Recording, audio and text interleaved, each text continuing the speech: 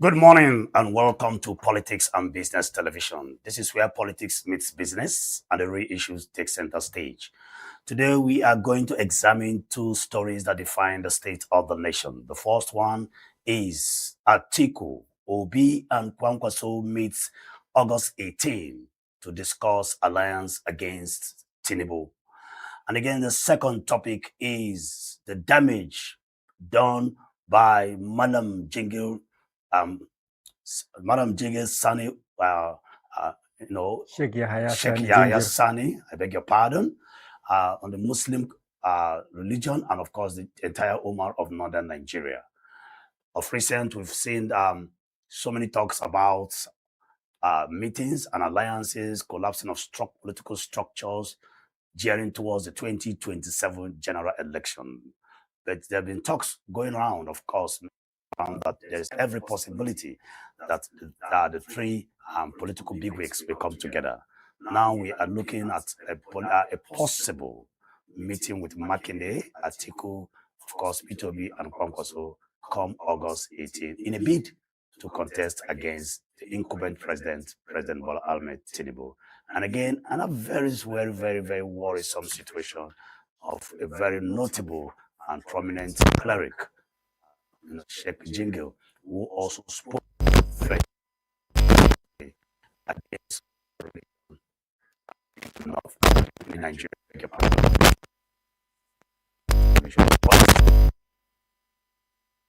Making life better. My name is Kenneth Chidi, and to join me this morning to discuss these stories for today is Mr. Ibrahim Shaibu. Good morning, Mr. Ibrahim Shaibu. Morning, Mr. CK, and morning, viewers. Yes, Mr. Ibrahim Shaibu, I was struggling to pronounce the name of the Sheikh, name of the Sheikh Jingle, right? Yes. Yes, and according to reports that this is not the first time he's making such inflammatory statements, and of course, statement that has the capacity to unsettle the polity and Nigeria in general. So some clerics are beginning to lend their voice, saying that it is not, it's not right. What he's doing is not good, and it's very sensitive. Again, another issue, making the front burner is the issue of alliance, which some Nigerians have been, clamoring for. There are those who said at some point they were all in one basket, the ADC, before P2B left for the NDC. Now we are seeing a possible alliance come 18th of August this month, all in a bid to form a formidable front against the incumbent administration. Yes. Now, Mr. Brian, what's your take on that? Well, to be brief, actually, for many Nigerians, this coalition is coming at the right time because it was already anticipated. This is among the initial plans the opposition party had, even before they decided to go their separate ways. If you remember, Madam Nasir El-Rufai has already said that they have almost plan A, B, C, D, E. And one of the plans they had was actually for all those contending forces to come at a point to come together and form a formidable front in which to contest against the incumbent administration. Sheikh Makinde, a couple of months ago, has also made a statement to that effect, that there's every possibility that we might, at the end of the whole thing, we might also actually emerge to be one strong body fighting against opposition. Well, this particular one is being facilitated by a civil coalition group called G100, under the leadership of one Saliu Mohammed, I think, and it's going to take place on the 18th here in Abuja. And so many Nigerians are looking forward to it. I say so many Nigerians are looking forward to this because actually the economy is biting. The life of Nigerians is at stake. Nigerians are not finding it easy to live a comfortable. Okay, fine. Do you see other political parties joining as well? The likes of PRP and, of course, SDP. And some yes, it is a large swipe actually. It involves almost so many political parties, including probably the PRPs, but the major ones that have been mentioned by name are actually the PDP or a faction of the PDP, then the ADC, the NDC, and the APM. And the APM. Yes, I mentioned ADC, right? Yes. ADC, NDC, PDM, and then a faction of the PDP. Okay. Exactly, particularly faction that is loyal to the Makinde. So we are likely to see a repeat of what happened in 2015. Exactly. There's possibility, except for the personal ambition or the independent leadership of those parties. You know, that is initially what brought about its initial integration. That was the plan when they all came together and met in the ADC. With the coming of Kwankoso and the coming of Obi, so many other political leaders and presidential candidates of other parties were expected to join the ADC. Until when Obi and Kwankoso now decided to pull away. Do you understand? But probably there are those who will say that was another political strategy. Well, whether now that we are looking at possible coalition. Whether it is or not, so many Nigerians have anticipated that in the long run, very close to the presidential election, there's every likelihood that so many of those political parties will come together to have one strong, formidable force to face the incumbent administration. Because politics is about inference. It's about studying the body language of the incumbent administration and also the body language of Nigerians. The politicians, the opposition parties have understood that Nigerians are not comfortable with what is obtaining or what is obtainable under this particular administration. They have never had it so bad. So the opposition leaders themselves know that they are unable to unseat the APC administration previously because they refused to come together.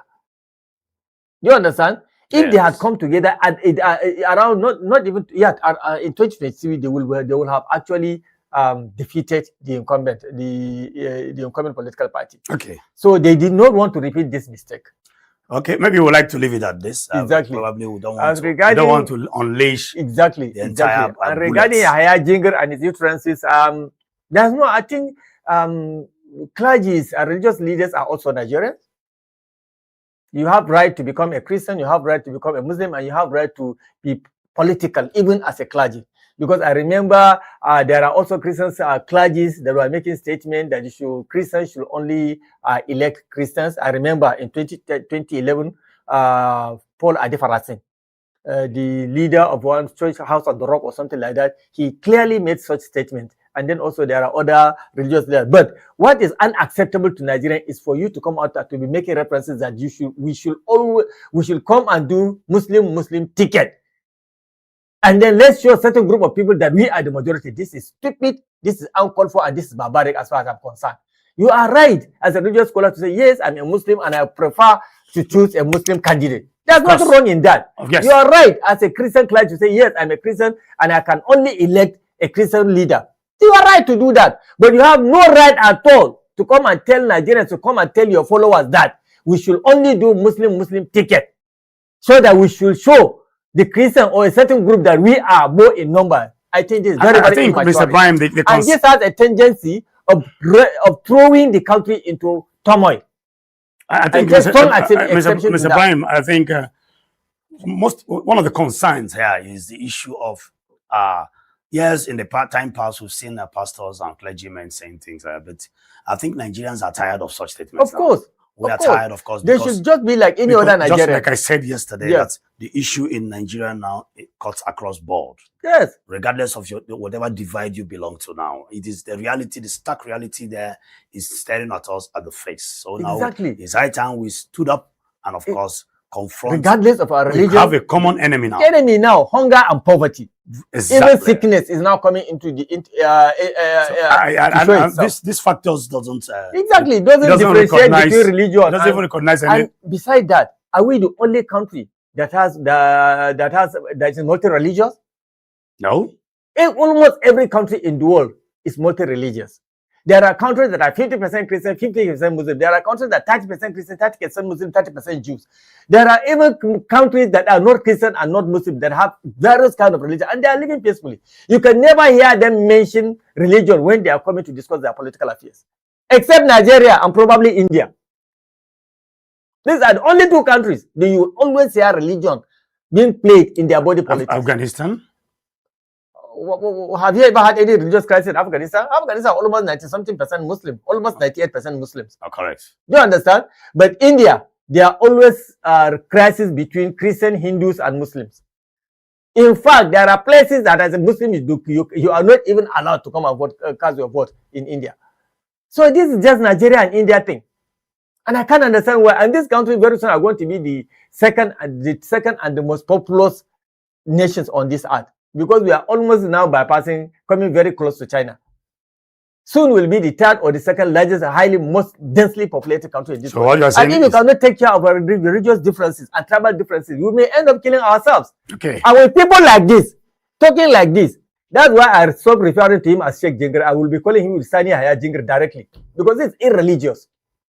It's very, very irreligious. Well, I still want to maintain the fact that we have a common enemy, and of course, we should address the issues. The issues be deviling us directly and staring us straight to our face, rather than dividing us the more. We've been so divided, and then I think for now we need to come together, form a common front. Nigeria is bleeding, allegedly, as you can see, and of course, begging for answers. We've got on a short break, and when we return, we go straight to the newspaper review. This is Politics and Business Television. Stay tuned. We'll be right back after this time out.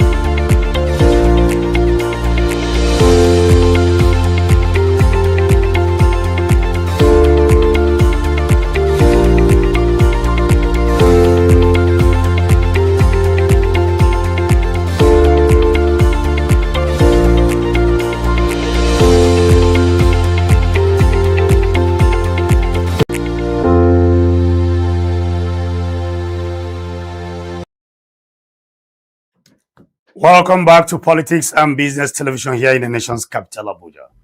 My name is Kenneth Chidi, and of course, we're going to journey straight to the newspaper review. Still with me in the studio, of course, to take us through this newspaper review, I have with me Mr. Ibrahim Shaibu. Mr. Ibrahim Shaibu, good morning. Thank you, Mr. CK, for having me. Yes, what are your expectations, concerns this morning?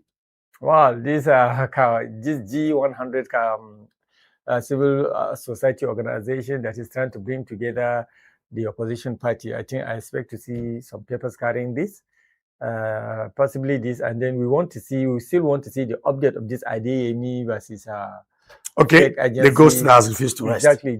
No, that goal will not rest now. Nigerians want to know the truth of the matter, because as it is now, all blame seems to be on the fake Director General. We have heard less and less about the other parties that are involved in the whole setup, because as of now, we don't actually get to know the exact role played by Baja Mila. And Nigerians are very, very interested in trying to find out this, because there are some Nigerians that are of the opinion or alleging that the government is trying to shield away Baja Mila and the other contenders from this crisis, from this problem. So it will be very, very fair for Nigerians to hear the side of the story coming from Akinyemi, that's his name. Adeyemi himself. Please, let's be transparent, let's be practical, and let's know the truth of the matter, because this is the essence of governance. Impartiality. Let's hear from both sides. Let's see from both sides of the coin. So we even after the green chambers, yes, gave the police ultimatum to release him for questioning. For questioning. And the guy insisted that I want to be seen to make public declaration, not secretive, not behind the curtains. You understand what I'm saying? Yes. So Nigerians are just hearing what you are saying, but Nigerians are not believing whatever is coming from the government. Is there anything somebody's hiding somewhere? We don't know. That is why Nigerians want to hear his side of the story. Nigerians must hear his side of the story. It's not whatever the government comes out to tell us, or whatever Nigerians reads on the papers or the pages of the newspaper that Nigerians believe. We know that there are fictitious agencies. In fact, ICPC revelation came to say that there are three other new agencies attributed to fake agencies attributed to him. Then he cannot be doing it alone now. More so that the fake agents also find its way to the budget. Exactly, they found his way to the budget. So him alone cannot do everything alone together. Let him sing too. With a dumb account in CBN. Exactly. Let him allow the guy to sing as well. Let Nigerian hear his voice. Let Nigerian hear what he got to say. All right. Mr. Ibrahim, let's see if your concerns will be reflected. Not always. As Not quite always. often. Not quite often. All right, the first newspaper, please. Yes. The Vanguard. Yeah. The Vanguard, why we plan coup against Tinubu. Colonel Maaji. Okay, let's see. Says he acted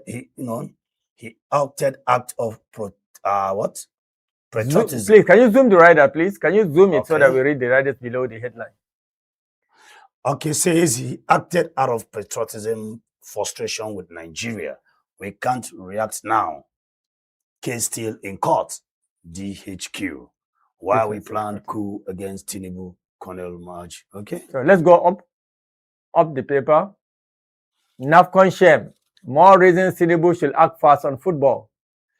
WAFCON shame. That is attributed to us losing to Cameroon, while our girls losing to Cameroon by a long goal. After a long while. After 11 years of dominance. Yes.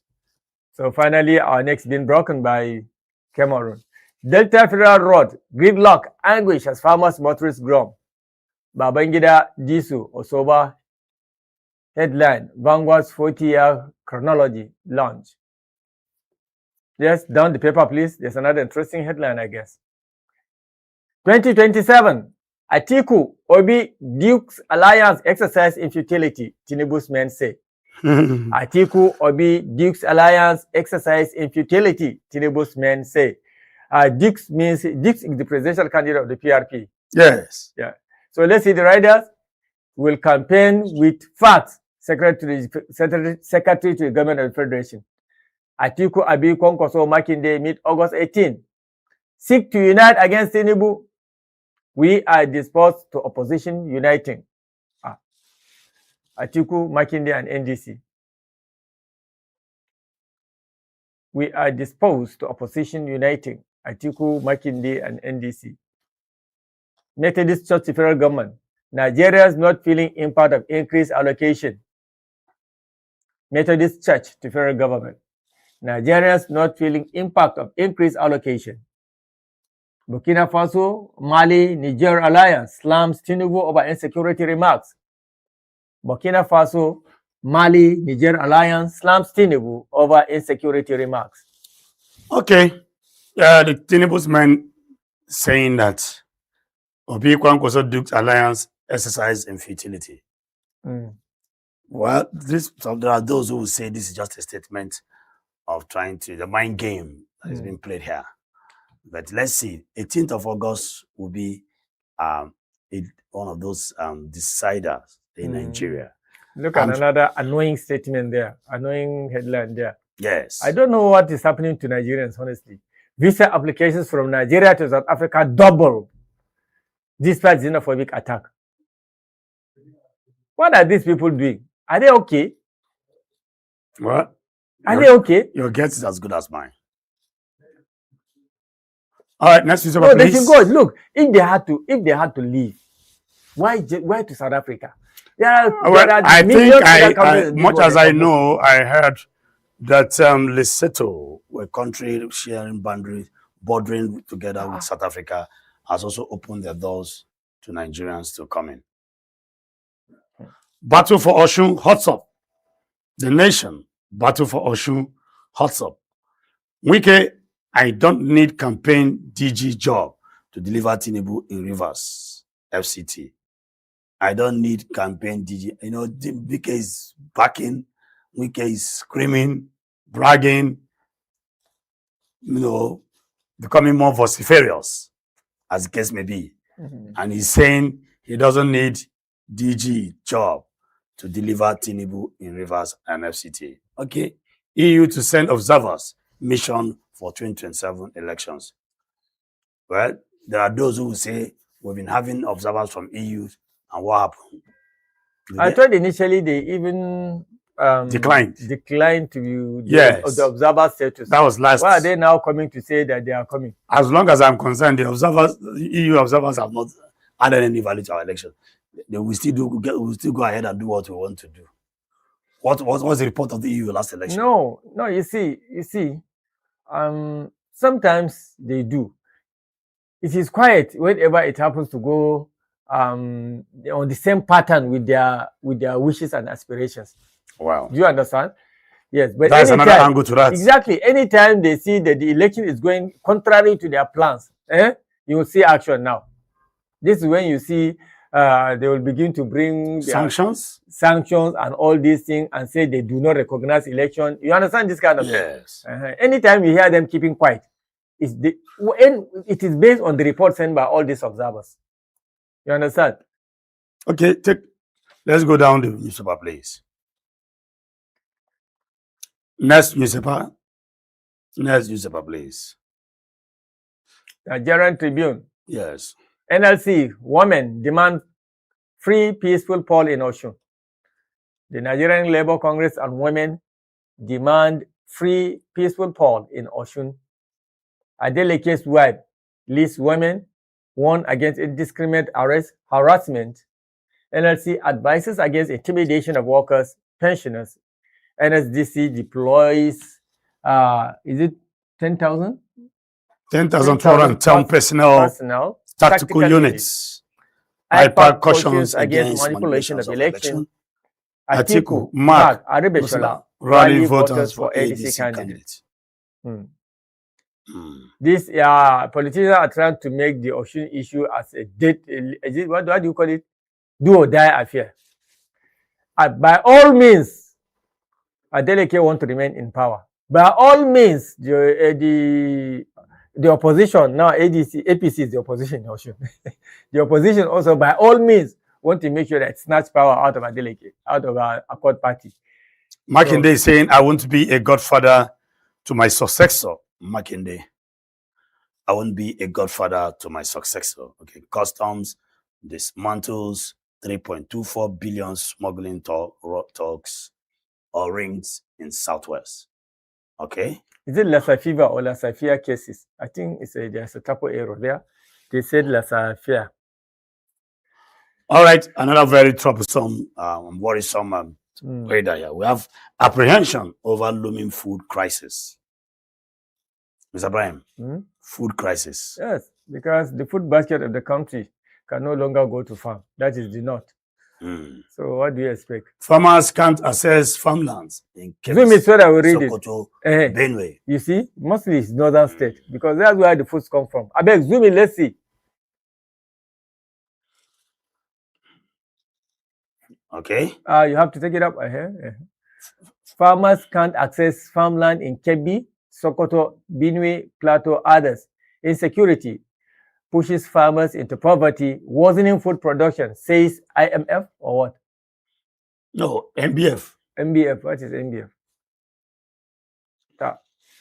Okay. And despite this, our government is telling us that they are doing their best, that life is good for Nigerians, and that the economy is improving, and that the value is laughable, honestly speaking. It's very, very laughable. Okay. That is why they can never allow free and fair election to take place, honestly speaking. Troops rescue 33 kidnapped passengers in Zamfara. Okay, for ISWAP attack on military base in Borno. Experts flag debt servicing crisis as Nigeria grapples with 159.35 trillion bill. Wow. Okay. What a country. Say citizens may pay for it through additional taxes. Kai, this is wickedness. G100 man begins. Inhumanity against man. G100 begins consultations, meets Atiku, Obi orders, fixes Unity Summit for next week. Okay. Next newspaper, please. Daily Trust. 2027, opposition revives coalition against Tinubu. And again, NEC sacks Kaduna Electricity Board over 456 billion naira debt. That's why every day there's no light in Kaduna. Almost every time, no light in Kaduna. 17 bandits. Almost every day. 17 bandits, 10 policemen killed in Zamfara. How female students died on Lagos campus law school. And of course, troops arrest kidnap syndicate commander, recovers rifles and cash. Let's have the next newspaper, please. The Guardian, opposition kicks as states hike permits, tighten campaign rules. 2077, Atiku Obi Makinde orders a forge alliance against Tinubu. And 90 civil society groups urge National Assembly to withdraw foreign aid bill. NEC takes over Kaduna Discos over 456.5 billion debt. So, Mr. Brian, you see why you don't have lights? EU clarifies 2027 elections. Rule as, okay, misreport reaction expose concern. Osun report reviews. Hello, can you bring it down a bit? Reviews 29 deaths from 73 incidents ahead of polls. So 29 deaths from 73 incidents. So killings are ongoing before the election. So like you said earlier, the election is looking like a do or die affair, honestly speaking. I made reference to this number of deaths yesterday. You and Mickey were just looking at me like, how?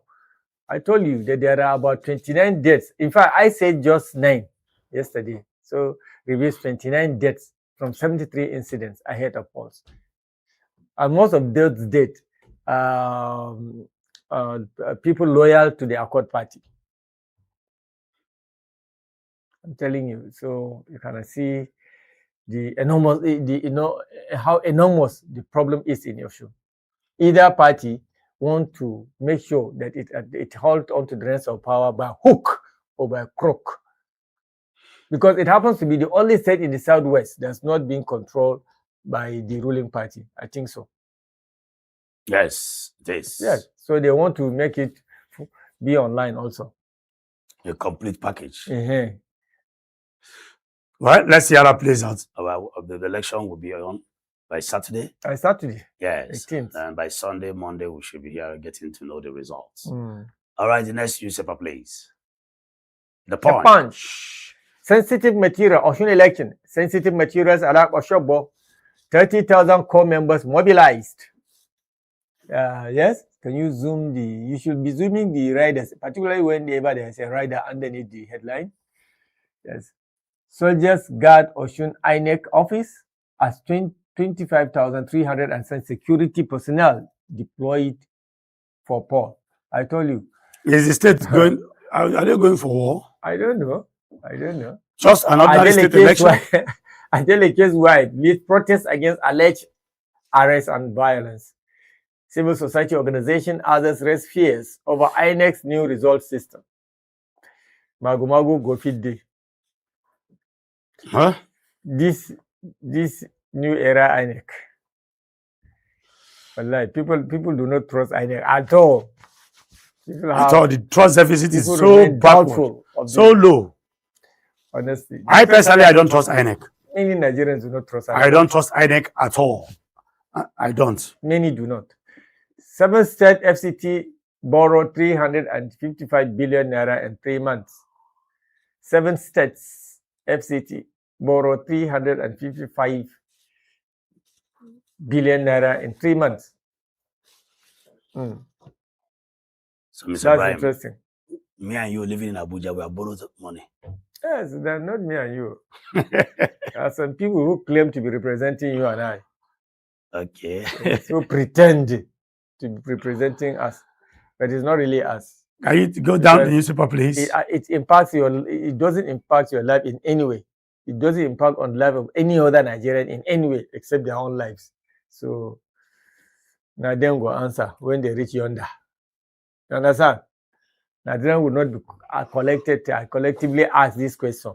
Those who borrow, they must answer. Oyo pastor arrested for allegedly defrauding 18 members. And of course, 2027, opposition parties begin talks on single candidates. Dangote, NUPRC differ over Q2 crude supply. Visa processing shift won't affect Abuja embassy operations, US. And of course, recapitalization, every federal government orders NICOM to stop disputed fees. All right, next newspaper, please.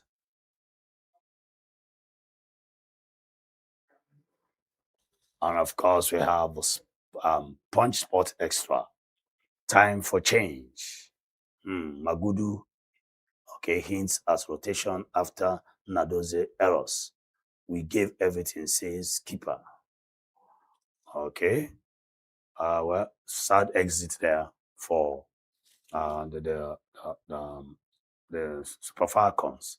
And we have to hope to see them to regroup again, stronger and better for the next WAFCON. But I heard that many of our girls are new girls, right? Yeah, they are not the traditional, the real team that we used to know. They were responsible for bringing those scores. Only few. Even that Ashley Yellow girl is not there. Then there's one. What about our forward striker? That tall Yoruba girl. That is not even the burning issue. The burning issue is that there are some conspiracies stories that even the $100,000. Yes, that can dampen their morale. We are sacrificing our life, giving all we have, and then you are sitting on our allowances. Who does that? Who does that except corrupt Nigerian government official? The worst public servant you will ever meet on the face of this earth. Corrupt people. Civil service in Nigeria is high, serious. All right. And then we keep on accusing the politicians. The politician cannot be corrupt without the assistance of these civil public servants. Yes, they hate corruption. They draw the paths. Most of these ministers, most of these political appointees, they do not know the tricks. It always takes a public servant somewhere, some deputy directors, some directors, some permanent secretary to now show you the ropes. How to navigate. Exactly. And by the time you open up their eyes, they will be looking at you as a shit. And now these politicians seem to master the game even more than them. You understand what I'm saying? Yes. Okay, Mr. Brahim, due to want of time, we'll be going on a short break. And when we return, we'll go straight to the first topic of the morning show. This is P&B Television. Stay tuned. Be right back after this time out. Tired of the snow? Tired of the bad TV? 388-7277.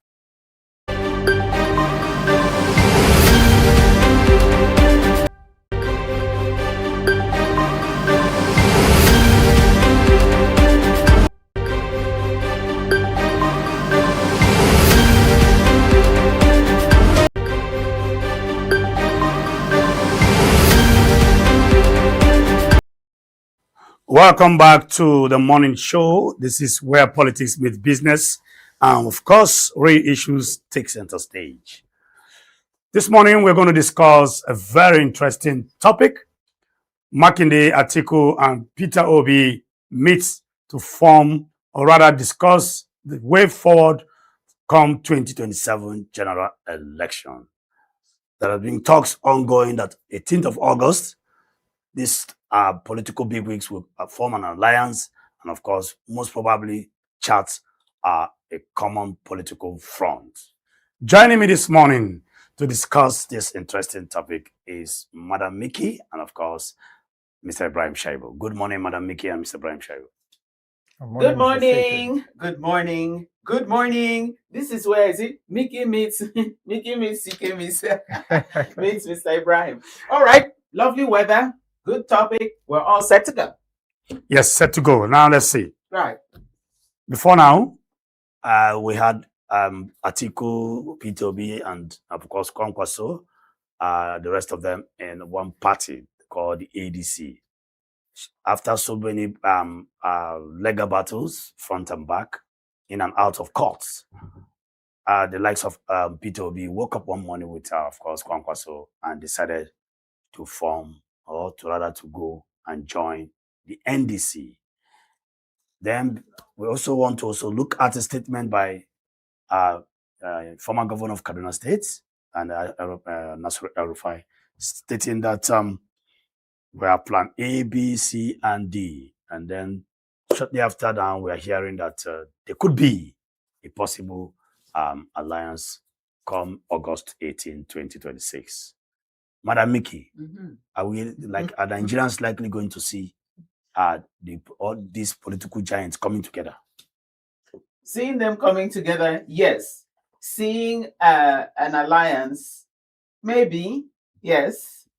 But what Nigerians maybe will be waiting for is to see, are they going to front one common candidate? That is where the $1 million question is. And where, that is up for conjecture. But for now, the much we can tell you is that that meeting has already been scheduled.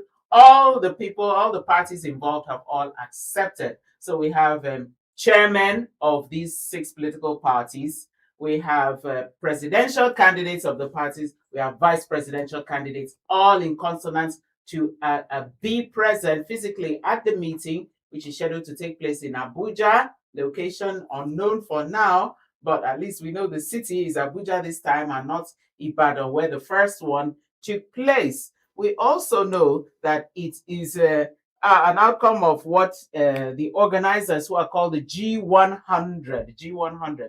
Don't forget, it was another G like that brought together the PDP back in the day, where we had exactly G69 right. Like that, yes. So now we have the G100 who are going to bring together all these opposition parties. Now we had, as you were saying, they were all in the ADC. We can even flick back earlier on. Remember, we had Atiku, we had Obi, sure, we even had Kwankoso, maybe not Makinde, who may not have been in politics there, but they were all in PDP.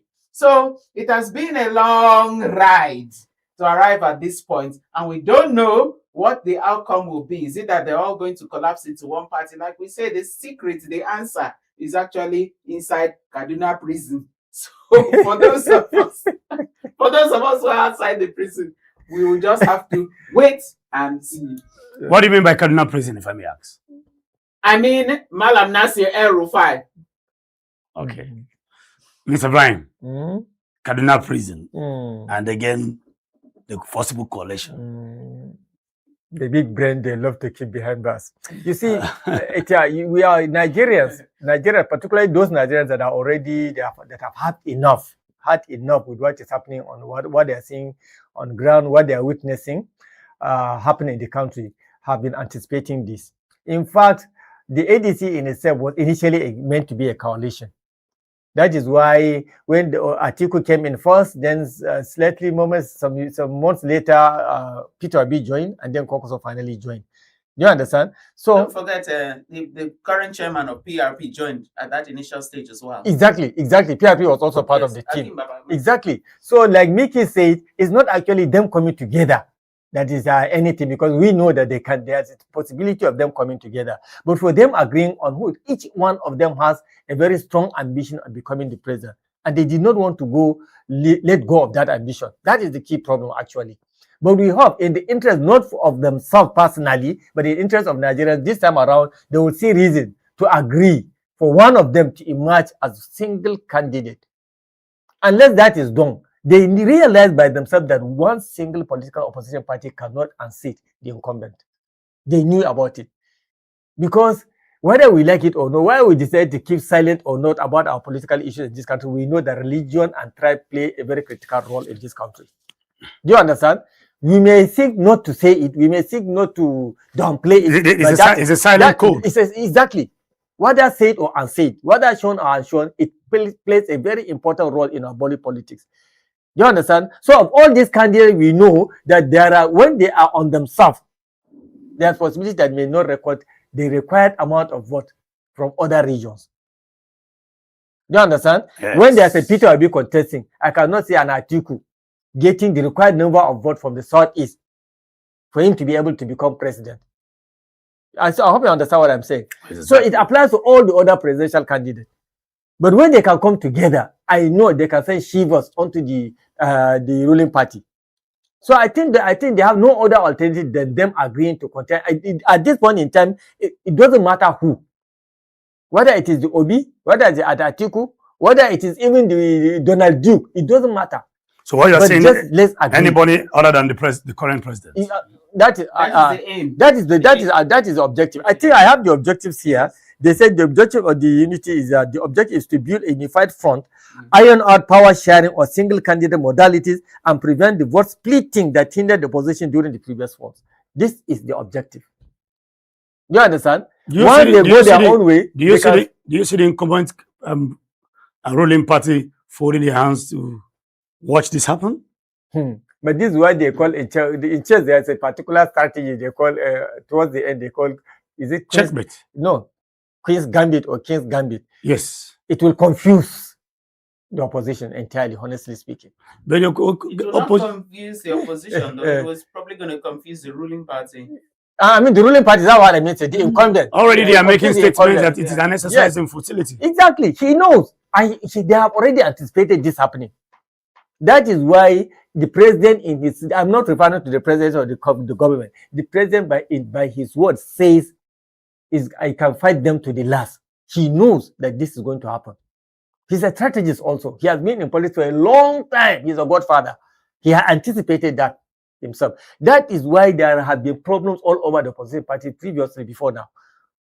Do you understand? Yeah. But if you remember, in one of the discussions, I told you that the more they interfere in the affairs of those, the more the ruling party interferes in the activities of those opposition parties, the more danger it is putting on themselves. Because finally, it will throw them into them coming together as single, strong body opposing it. And this is exactly what you are going to see. Okay. If they want to form a united front against President Bola Ahmed Tinubu and against the ruling APC ahead of the 2027 general election. So that shows you those are the two targets. So that is exactly the strategy they want to deploy. Well, we Nigerians are the ones anticipating that they're going to want to bring out a single candidate. It might not just be so. There still might be another strategy which is behind it, because the possibility, when you look at the personalities, what's the possibility of all of them folding all their ambitions? Because each and every one of them individually, if you look at it, each and every one individually has already gone for that position. Exactly. So what's the possibility? So there might be a strategy. There still might be another strategy which might not involve collapsing all into, which to me, as well to everybody else, that would be the best. That would be point one. If that could be achieved, you know what I'm saying? If everything else could fall into it. But if that isn't, do they have another strategy for point two, which might be the likelihood? Because, like I said, each and every one of them has taken a shot at that presidency. And that, at the end of the day, is their ultimate admission. Right up to the vice presidential candidate of Atiku, who took part in the presidential primaries. So they have advantages. They have 2 or 3 advantages. For one thing is that each of these presidential candidates is very, very strong candidate by himself. Right. And secondly, they have the advantage of the very bad policies that this government is implementing.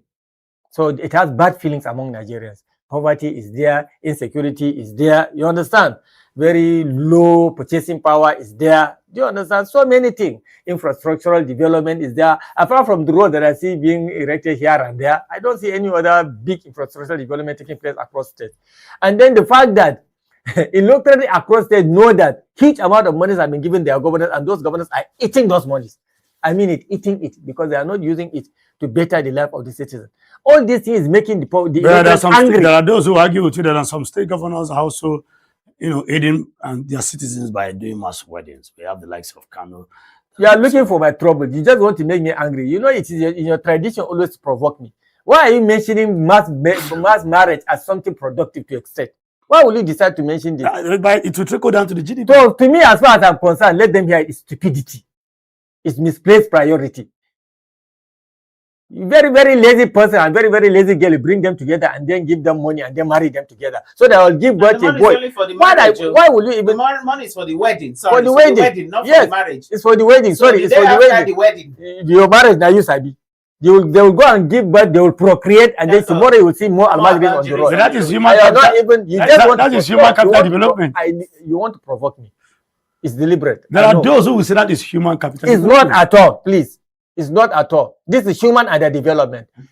Because if you keep on procreating and you do not make necessary plan for how you will not take care of those people you are procreating, is that not stupidity? How is that human capital development? Is it not human capital destruction? And by the time you know it now, there'll be another money allocated to exactly. send some people to hide. And the thing that annoys me now, these people that keep going for pilgrimage, you go to Hajj, you go to Rome. When you come back, shouldn't you at least be on the road demonstrating? There are no schools. You've seen how another country has developed their own country and their people and all that and all that. You see, those people that are, be answering. Mickey, allow me to finish with this person that just decided to provoke me now. Al-Hajj. Well, you should have come back. Can you allow Mr. Brian? Can you allow Mr. Brian? Look at you. You carry all this. Remind me about the billions that is being spent. You carry all those monies exhausted in wedding, and then schools in your state, they don't even have roof over them. No chalkboard, no blackboard, you didn't provide books for the school children. Do you understand? You have not provided necessary equipment in your primary healthcare facilities across your state. There are some villages that are doing good farming, but you do not build accessible road to them. You do not provide farmers with facilities. You do not even secure their life for them to be able to go to their farms and farm. And now you are marrying people to go and procreate. And tomorrow, all over Lagos and Abuja and Kaduna and Zamfara, we are seeing Almajiris carrying balls and doing nonsense. The worst part of it all, these two people are jobless. A jobless lady and a jobless man. Wouldn't it have even been better individually if you were in such a good mood? Share the billions to all of them and tell them this is your startup capital. Mickey, do what you're going to do. He just succeeded in taking us off our discussion by provoking us. So let's move forward. Okay. So back to the issue.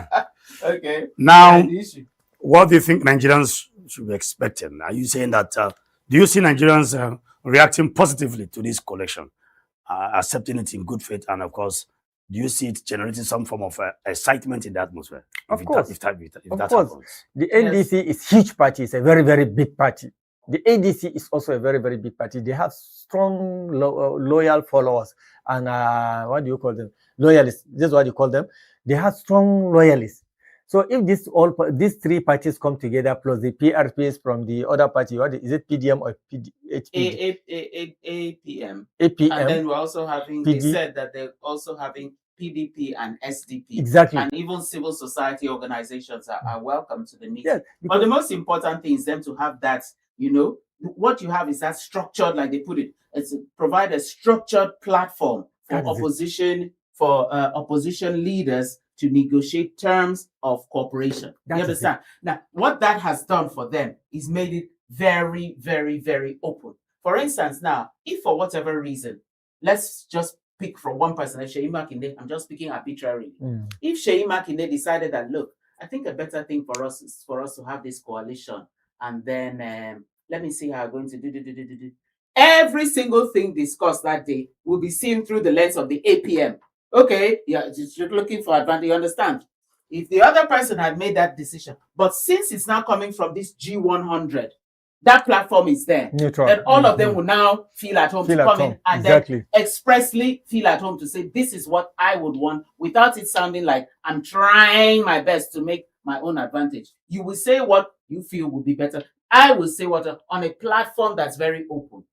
So for me, it's provided, first of all, that, should I say, that kind of, for want of a better word, a neutral platform. Yes. A structured platform.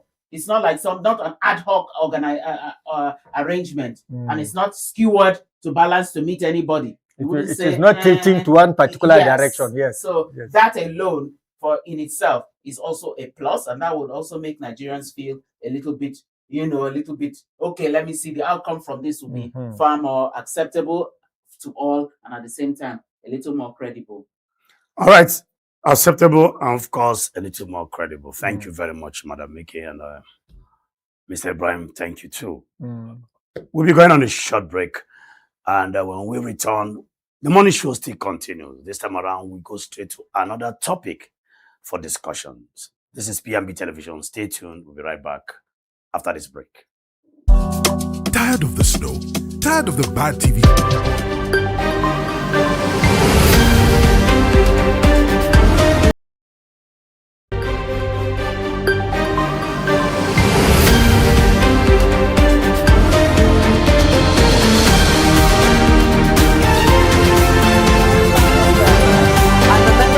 Of Lords in the United Kingdom, a former Minister for Energy and Climate Change, and a former Minister for Development. To all the listeners of PMB Television, It is wonderful to be able to reach out to you, to all of you viewers. Please listen and learn and take away lessons that will enhance your country, but wider the globe. You don't tire for this picture? Oh yeah, make you follow Unorodo. Nigeria don't go digital with free TV. Over 100 times. All right, welcome back to P&B Morning Show here in the nation's capital. This morning again, we are going to journey through another very interesting topic. This time around is a statement, or rather a provocative statement from Malam Yaya Jingil, okay, one of the clerics in the north, saying or making utterances that is capable of unsettling the polity. And of course, there are so many clergymen and concerned Nigerians that have also lended their voice saying that it is wrong, destructive, and has a tendency, of course, to tarnish the image of some set of people. My name is Kenneth Chide, and of course, to discuss this topic with me, I still have with me in the studio Mr. Ibrahim Shaibu, and of course, Madam Mickey Atta. Good morning, everybody, one more time. Morning. Yes, Yahya Jingi is saying something that that is capable of unsettling the polity. And of course, the Islamic world has come out in Nigeria, come out to disassociate themselves from that statement, saying that it is not right for him to say such a thing. More so the timing, and that looking at the fact that as Nigerians now, we have one common enemy, which is bad economy, hunger, insecurity, and the rest of them. Mr. Ibrahim Shaibu, let me start from you. Okay. Sani Hayajingir, an Islamic scholar from Jos, this is not his first time of doing this, making such statement. In fact, in 2003, he was all over the place. In fact, I can say he is the #1 advocate of the Muslim ticket. He is the one that allegedly brought the contract to, among other Islamic clerics. And then you can see what the Muslim ticket has done to the Muslims. How much has the Muslim ticket benefited the Muslim North? How much? How much? In fact, as far as I'm concerned, as far as many Nigerians are concerned, the Muslim Christian ticket have been better to the Muslim North than this Muslim ticket. And then let me tell you something, please. This is particularly addressed to our non-Muslim brothers and sisters in Nigeria.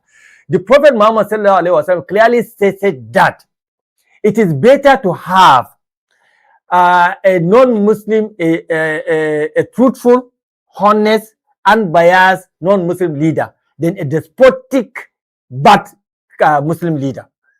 And then as a scholar, the Sani Hayajingir has no right to come and tell Nigeria that we must do Muslim ticket just so that we'll show other people that we are the majority. This is immature, this is unscholarly, and this is under an Islamic statement.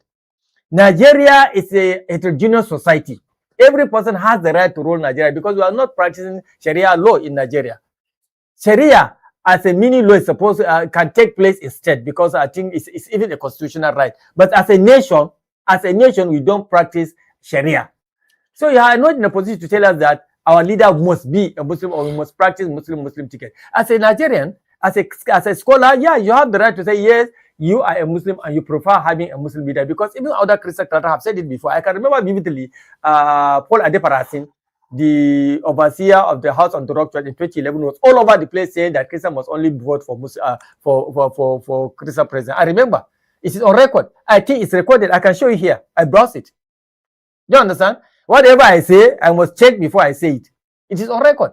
In fact, my source says there are two officially recorded statements attributed to this from Christian clergy. So if you are a clergy and you feel that yes, you are calling on your followers to vote for Christian or Muslim leader, that is okay. But you are in no position to tell Nigeria that they must practice Muslim ticket just because you want to prove a point. Who are you to tell us that? Because we know that the arrangement is the best suiting arrangement for us as Nigerians. Have a Christian president and deputy Muslim vice president, or a Muslim president and a Christian vice president. It has been working well for us. We are a volatile society. We are trying our best to see how we can sustain this, small unity that we have. Together.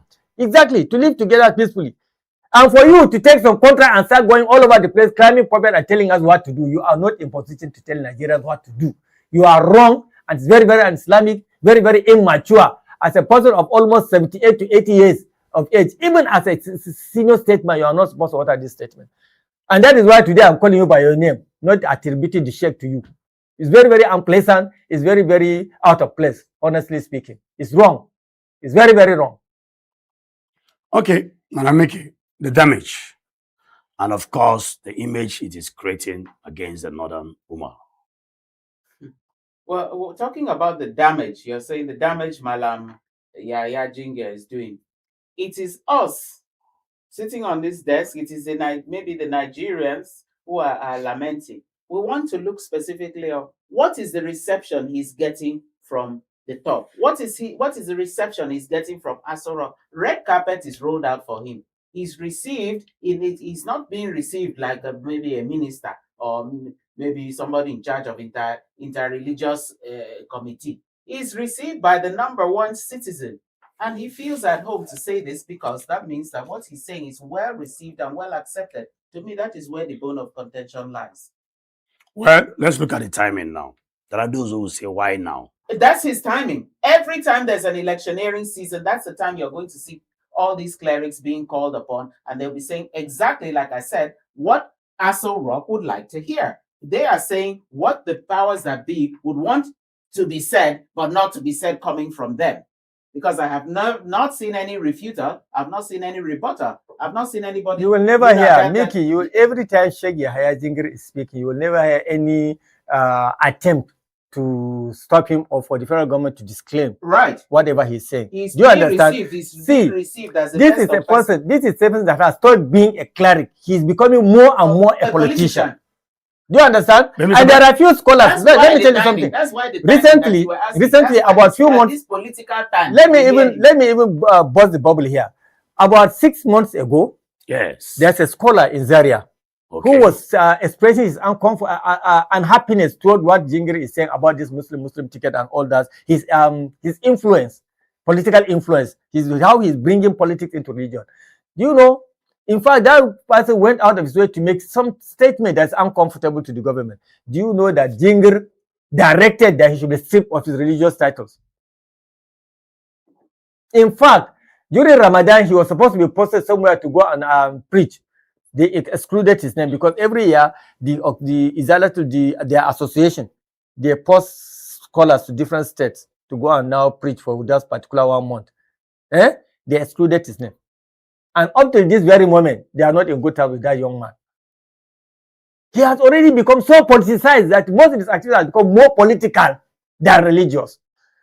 So how can you continue to be having this? How will you continue to have this religious respect you're expecting from people? You are already more of a politician than a cleric. Thank you. Because I thought you would have been preaching to the Muslims to do something. Okay. The moment you ascend the pulpit, okay. He has not talked about Islam itself. What he does? No, let me even tell you what he does is the moment he ascends the pulpit, instead of preaching, making sermon, he will now begin to talk politics. Okay. Okay. Why can't he just remove the turban and then just declare for presidential candidate in one of the parties, or even look for make himself? Exactly. Tell them I'm available. Exactly. Vice presidency in the Muslim thing. All right, Mr. Brian. He's putting the country. Mr. Brian, please let me correct you somewhere. Paul Adefaras in 2015, 2019, 2011, 2015, 2019. The same Paul Adefaras canvassed right on his pulpit for Atiku Abubakar, a Muslim. He never. He made that statement earlier in 2011. I have it on record, and I'm showing it on record that he refuted the same statement and called for a Muslim. Okay, he refuted. Yes. Okay, when you say he refuted, that means he went back against his word. They're not against his word, but that was what he wanted in 2011. He now said that is not what he wants for 2015 and 19. Okay, I think I quite agree with you. Ade Farasin is one man who is also bold enough to speak truth to power. And of course, just like now, we just came out from another state. Allow me to read this before you cross. No, before you read it. One well-documented example is Pastor Paul Adefarasin, senior pastor of House on the Rock, during the 2011 presidential election, when good Lord Nobody's fighting on 2011. So I'm telling you about 2015. I'm telling you, no, we are making references. We are going back to history. We are going back to history. I'm going back to history too. Okay, let's bring it back to present time now. Okay, except you want to do it because now we are growing older and we are learning by the day. That is it. Whatever was said in the past is gone. Now we have been faced with one common enemy staring at us right before our faces. So it's not the issue of who said what and when. Right now, we have a common enemy called hunger, insecurity, poverty, poor livelihood everywhere, no infrastructure, just name them. So it's not a time to begin to debate who said what in the time past now. What we're saying now, we're going to juxtapose the statement, of course, recently credited to John Onaikon, the cardinal that went to visit the same president and, of course, spoke truth to power and gained some reactions from Nigeria. Then again, shortly after, we are seeing a clergyman again who most Nigerians were expecting him to also align himself with the current realities on ground, but rather he chose to go, political, and of course, the other way around. That is the way I see the things. And of course, whoever is advising Sheikh Yahya, Chingere should advise him properly that he's not going to a different market. His children are not also schooling in different schools. He also lives in Nigeria. No, so he's going to different market, though. His children are going to different schools. That is what gives him the boldness to make this statement. Right. Honestly speaking, a person that's gone to the same market you and I go to cannot make such statement. He's throwing the politics. He's putting more heat into the politics. Do you understand? We don't even know what we are going to be, or the situation we're going to find ourselves before 2027 election. And you are going out of the way to make these dangerous statements like that. And now you are going to show who is the person who is in the majority. Who are you you understand? Going to show it that to? is the part that even anger me. Who are you this is the part. To show it to? This is the Your anger that hurts many Nigerians. Your fellow Nigerians who are out going to vote. Well, religion is not a parameter to decide who is more in terms of numbers in Nigeria. We have the we take strong exception to that statement, actually. Thank you very much. And of course, Madam Mickey, thank you too for doing a good job to this topic. Thank you very much. We are going to go on a short break. And guess what? When we return, the last segment of the morning show. And to take us through that segment, there's no other person than Ferry Josephine. Stay with us. We'll be right back after this break. So I'm Baroness Verma. I'm a member of the House of Lords in the United Kingdom, a former Minister for Energy and Climate Change, and a former Minister for Development. To all the listeners of PMB Television, it is wonderful to be able to reach out to you, to all of you viewers. Please listen and learn and take away lessons that will enhance your country, but wider the globe. Tired of the snow? Tired of the bad TV? With you, sport, news, and better entertainment for your own language. No matter where you dey, whether for city or whether for village, the satellite signal they reach every corner of Nigeria from day one. No monthly payment again. Once you get to get free to air decoder, you don't win. This one, now our own national asset. You don't tire for this picture? Oh yeah, make you follow Unorodo. Nigeria don't go digital with free TV. Over 100 channels they with you, sport, news, and better entertainment for your own language. No matter where you dey, whether for city or whether for village, the satellite signal they reach every corner of Nigeria from day one. No monthly payment again. Once you get to get free to air decoder, you don't win. This one, now our own national asset. Even from your phone, you feel watch out. Just download the free TV app and carry your TV go anywhere you dey go. Scan that code now or call 0700-388-7277. Free TV, digital TV for free. Brought to you by MBC. So I'm Baroness Verma. I'm a member of the House of Lords in the United Kingdom, a former Minister for Energy and Climate Change, and a former Minister for Development. To all the listeners of PMB Television, it is wonderful to be able to reach out to you, to all of you viewers. Please listen and learn and take away lessons that will enhance your country, but wider the globe.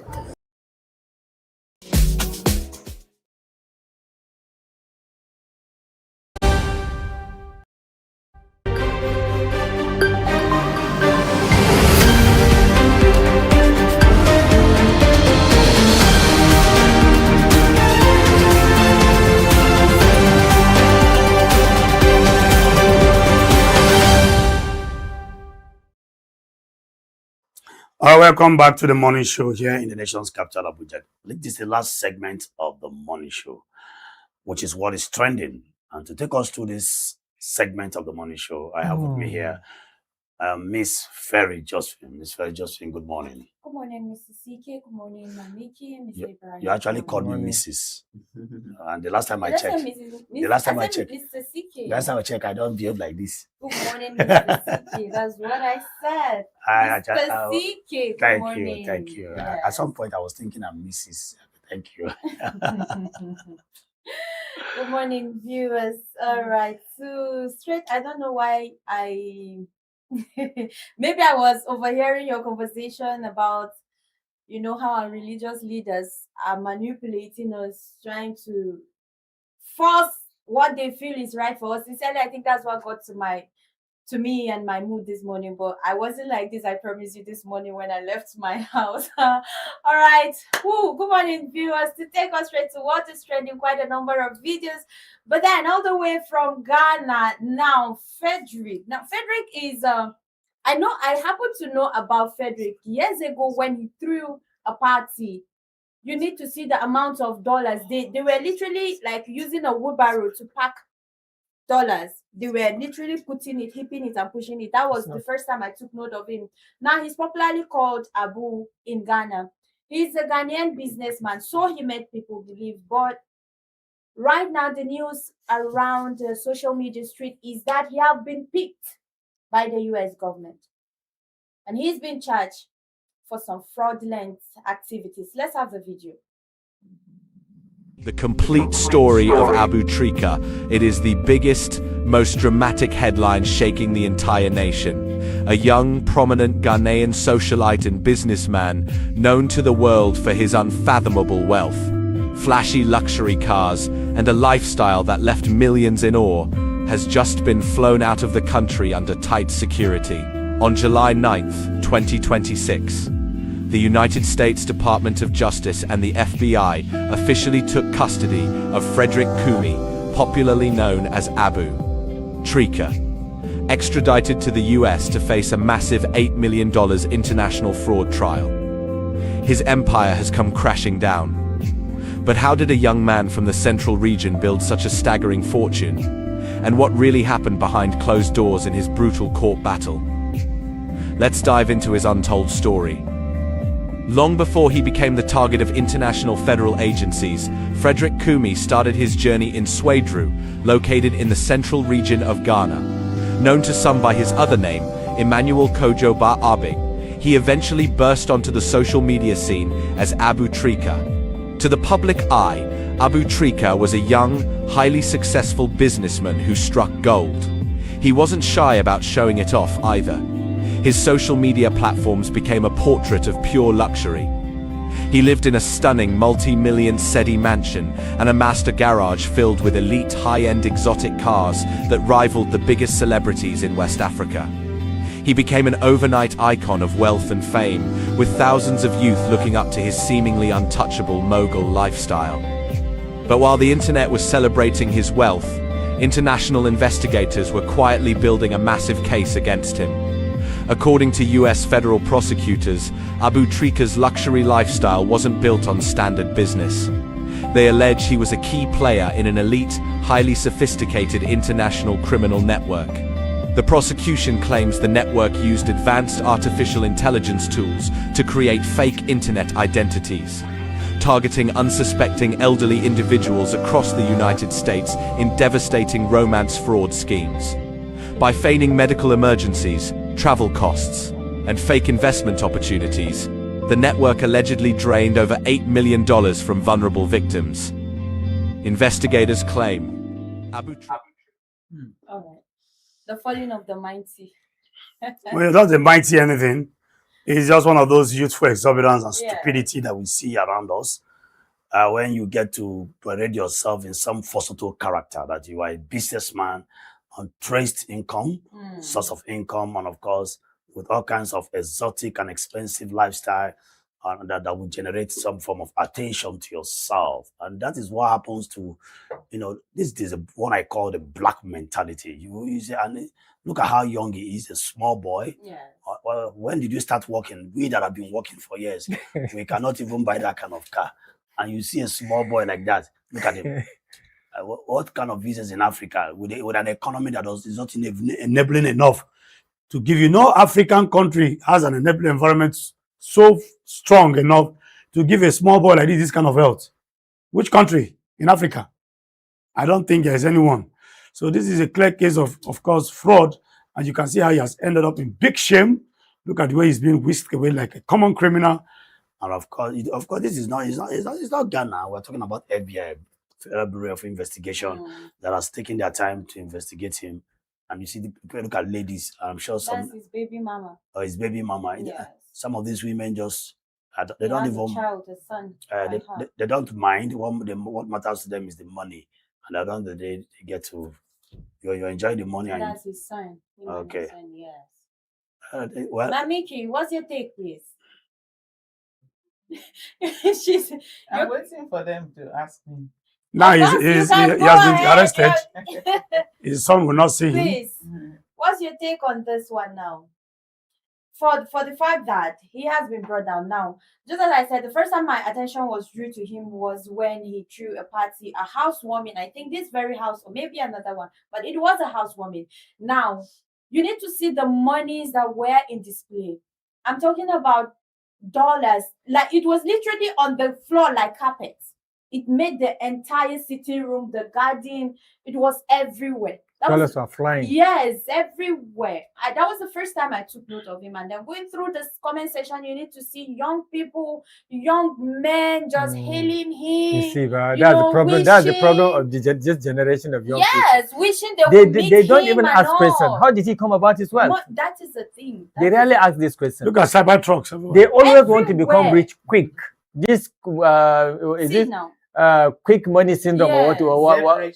Get rich quick syndrome. It's what's worrying them. The other day, I was talking with one of my staff here. I was asking him what is his car ambition. I showed him one particular. I said, "No, how about this? No, the car I have ambition of." He's mentioning a car 1 billion of naira. Small boy like this, eh? So you can imagine with 50,000 salary. I don't know. You see? Well, why am I not surprised that he is not surprised? I don't know. It's sad, they just stack up a fake lifestyle, knowing that at the end, no how, no do, the bubble is going to burst. Exactly, and he's not even worried. It doesn't seem as if he's worried. When they came to pick him up, he was like, "Oh, is it today?" So he wasn't surprised, and I'm not surprised he wasn't surprised. The important thing now is, like I said, the youth idolizing, venerating, and looking up to people like him, like you say. So these are their idols. These are their role models. These are their role models. And what do you expect when our leadership here has failed us woefully? This is an example of the failure of leadership, because if a politician was flaunting all these ones, we would be hailing, chair, chairman, chair. Please look at him sitting. It's like, arrest me now. What is there? I already knew you'd arrest me, because I already knew this was stolen wealth. So what is there? Am I going to now be remorseful? Well, who is going to be remorseful? This isn't the first time he's been arrested. He's been arrested and been placed on bail, I think, 2 times. But this time around, in the US, they really took time to find him. Still in the US? In Ghana. Okay. This is the first time the This US is different. are able to kidnap him. They picked him. They actually got all their facts straight and they picked him. And they denied, in fact, the lawyer don't even have any they disconnected him with everybody. They just took him. They don't even know where he is right now. So that's the situation of the case right now. But they don't know where he is. No, yes, they whisked him away to the US, and so we know he's in the US. I mean, his whereabouts in the US. Yes, they don't know where he is. They disconnected him with his family. I don't have any emotional attachment to people like this. None. Because I'm not even part of the whole process of at all. course. You should I just feel for the kids, honestly. But for the mothers, for the baby mamas, I don't give a damn. But for the kids, honestly, so our young for the baby mamas, they always knew what they are stepping into. You understand? They knew he's a of course. All right, we're having 2 Yes. other videos. I think we should go to the next. Let's have the image, please, before we go to the next video. Yes. Now, talking about 2027 political campaigns, Now, this, as it is clearly written there, Asiwaju Muniruddin Bola Oyebamiji, Governor Osun State. Take this bread for the people. Take this bread and sacrifice your lifetime for 4 years for me. Bread, this is heartbreak. I always say they make us hungry so that they'll make us beggars, so that they'll make us run to them. This is one of those things. You see, they come with rice. There was a woman still from that Osun State. She came with rice and was distributing and was saying they should collect rice. The governor wants them to vote for him. He's a good person. Take rice. She was on the trunk and she was just flinging, take rice. Take rice. He's a good person. He's a good person. Collect rice, vote for him. I'm telling you, and you could see people rushing, grabbing, and all. This is sad. This is sad. It's insulting. You know, whoever receives this bread has also reduced his personality. Of course. CK, I told you, many Nigerians have no option. But my only problem is that when you can take, because people are being forced to become hungry, to this level, to a worse level. But I'm telling you, have you seen a hungry Nigerian? Not this kind of hungry Nigerian you are seeing in Abuja. Go to all those states and see hungry Nigerians, not angry, hungry Nigerians. People have been ready to worship you. I'm telling you. And it is they are deliberately plunged into this situation. I think I will agree with you because I visited a particular state. They knew that you are very hungry. You can take this bread within the North Middle Belt, and I went to MC function there, and I saw ladies fighting over 15 naira. How about you haven't seen hungry people, though. So please take it, full your belly. But please know that it is because of these people that are giving you this bread that you are in the same situation you are finding yourself in. So eat the bread. Everybody was against me, is against me whenever I make this statement. Please, when they bring this money, you are with me? What? Thank God. Please, whenever politicians bring money to you, while you are in the polling station, please check it. Take the food, take the bread, take whatever they bring. It's already yours. But don't vote for them. It's beyond just taking. Honestly speaking, it's your own. I will always be against you. I can never. You see. I will always support you. No. You don't. And I will stay at the middle. No, you don't. Now see what these people. Now see what these people do. They bring you these things. You collect, you rally around them. They see the numbers, people rallying around them. They go, it makes them easy. It makes it easy for them to manipulate the numbers. When you say you weren't voted for, they say, see crowds, I have crowds, I put crowds. See how far you are looking. See how far. You are not that hungry. I'm telling you. No. I know the people I'm referring to. It has always been working for them. I know the people I'm referring to. I have been in a gathering where they were giving 50,000 right behind my house. Right behind my house in Jos. Between God and man. Between God and man, I was there. I didn't collect a dime. Not because I didn't need it. In fact, at that point in time in my life, I was in their need of some money. But I can't bring myself to see myself collecting that money. I feel as if this person will do what he wants, and my conscience will not even allow me to talk to him because all right. Let's come to the end of the day. At the end of the day, did he lose? That is what I'm telling you. Did your 50,000 cause him to lose? Everybody collect for me. Collect any collectibles. And don't vote them. Collect any collectibles. Vote whom you want to vote. I still stand on my own. All right, collect and don't collect. Collect and don't collect. It's all right. All right. It won't reflect. You see, these people are Thank you very much. Madam Mickey. They share rice. Madam Mickey, I'm just saying. Women in the house.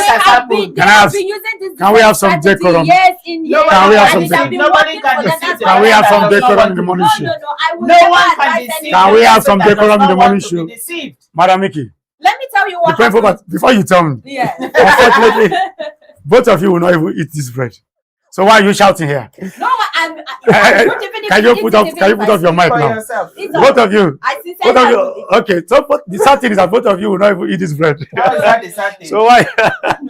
The good thing is that both no of you. matter how hungry I am, no. And they're both hungry now. How is that the sad thing? I'm sure both of you are hungry. The good thing is that both of them will not eat this particular bread. I'm telling you. It's intended for. It's intended for Osun voters. This particular one bread is for Osun people. Anything they bring to you, collect it. Vote whom you want to vote. Next video, please. While we are dwelling in. Ahmad Bola Tinubu wanda ya ɗaga tutar siyasarsu ya mata kirari da Muslim. Na ce ina ɗaya daga cikin masu ɗaga tutar musulunci in kira jama'a ku taho mu yi Muslim. Na sani cewa kafirai na jin zafin wannan kalma, to amma ba akwai kiristoci ba akwai yahudawa ba akwai masu bautan magiro ba, ni musulmi mai wa'azin musulunci da And we are going to show the infidels. Yeah. So the Muslim and Muslim are the people, then the rest are the infidels. Please. And how This does not represent. This video stopped somewhere because after that he was escorted majestically into a private jet where he flew out as just like a visiting head of state. He flew out like a visiting president visiting a president. And as you can see in that crowd, is the president absent? No. Other big governor was Kano? there. They have The joined. president was in I think that was the occasion on which they are welcoming the Kano into APC, I guess. No, this is the occasion of the mass wedding. Okay, is it the mass wedding? Statement, yes, the mass wedding, and he said if the where was he coming from? He flew into Kano from Aso Rock Villa in a private jet. Let me tell you something, please, for Nigerians to understand. His statement here does not reflect the realities of Islamic belief and doctrine. True. Exactly. Why are you asking me true? I said The true. prophet, I'm exactly. agreeing. Yes, I have exactly. my Quran. The prophet clearly stated that a despotic, a fair, just, and reliable unbeliever as a leader is better than a despotic, unjust Muslim leader. This is a clear statement. This is a clear statement. So in this case, who is despotic? Who is despotic here now? The fact that we have governors, I don't understand what you mean by despotic. I'm not calling any president despotic. Don't put words into knocking my brain off. The fact you that see, we they clapped and cheered. They were laughing, they were cheering, they were happy. Yes, show and the a infidels. man like this. We're going to show the infidels who is more. That goes a very long way to talk about the kind of leaders we put in strategic places to represent us. That is no way. In fact, this is totally condemnable. No, but the fact that they were clapping is what offed me. No, you should notice who are clapping. They were all clapping, they were laughing. Okay, the leader, the politicians, the politicians, exactly. I thought you are referring to the general people there because everybody will be like, what is happening? I'm telling you.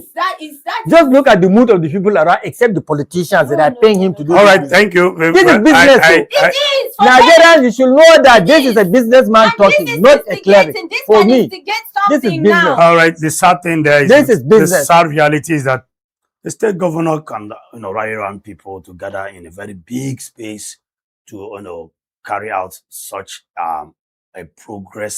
a zero progress program like that, like I would call it, a program that has no economic relevance. No wonder they are spending public money on marrying people. Look at the girls seated there and the guys dressed to further, I don't know, whatever the ideology behind or the rationale behind marrying people who I don't understand. I've tried to think it out. Just end up bringing up children into the world that will not have education, that they will be on the street begging. I am actually shocked. Under rain and sun. And then, sleeping on the street. What is the connection between the marriage ceremony that you are organizing with what the statement the cleric is saying? Two opposite activities going on. In fact, what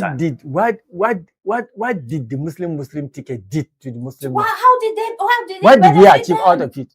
What benefit can you not? Maybe this Muslim ticket use order number 9 to pull out the resource that is supposed to be explored for the exploration of the oil in the north. Is it not this Muslim ticket that did that? What are we saying? All right. What advantage has the northern Muslim did to the north or is doing currently to the north? Why about the north? It's about did to the country because he said northern ticket for residence. Exactly. All right, thank you very much. This is the much we can take on the morning show. Tomorrow we'll be right back here bright and early to give you another edition of the morning show. But we can thank you, of course, viewers. So thank you so much, and we do pray that you have a very beautiful day. We're getting so worked up here.